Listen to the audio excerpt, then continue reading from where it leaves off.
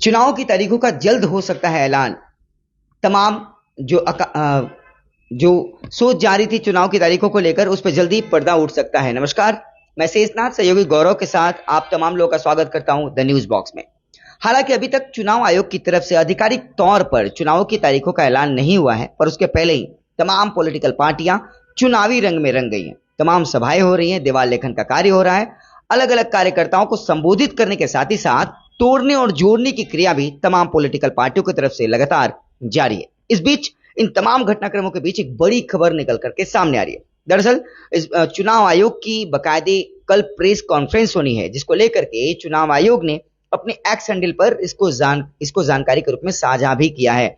कल यानी 16 तारीख को दिन शनिवार दोपहर 3 बजे के आसपास चुनाव आयोग बाकायदे लोकसभा चुनावों की तारीखों का ऐलान कर सकता है। बड़ी खबर है, बड़ी अपडेट हम आपको साझा कर रहे हैं, जिसकी उम्मीद सबको थी कि मार्च के दूसरे हफ्ते तीसरे हफ्ते में चुनाव तारीखों का ऐलान हो सकता है, क्योंकि पिछले दफे 10 मार्च को 2019 में चुनाव की तारीखों का ऐलान हुआ था और अप्रैल 17 से लेकर के मई मिड तक वो चुनाव चले थे।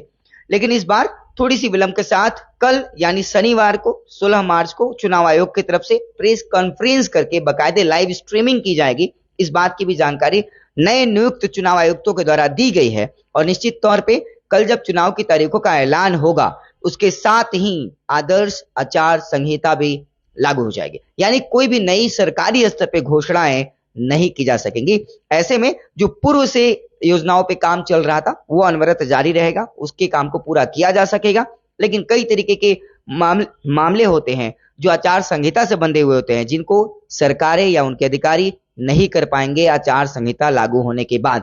बड़ी अपडेट है। इस बीच देश में अलग अलग तरीके के राजनीतिक घटनाक्रमों का चलना भी जारी है। यूपी से बड़ी खबर आ रही है, वहां पे जयंत चौधरी की जो पार्टी है पूर्ण तरीके से पहले ही भाजपा के साथ शामिल हो चुकी है। पश्चिमी यूपी में जहां पे मुस्लिम मतदाता अधिक है, वहां पे भाजपा ने बड़ा कार्ड चला है सीए के पहले। दरअसल अब सीए जो लागू किया गया है केंद्र सरकार की तरफ से, कोर्ट की तरफ से, उसको लेकर के भी उठापटक का दौर जारी है।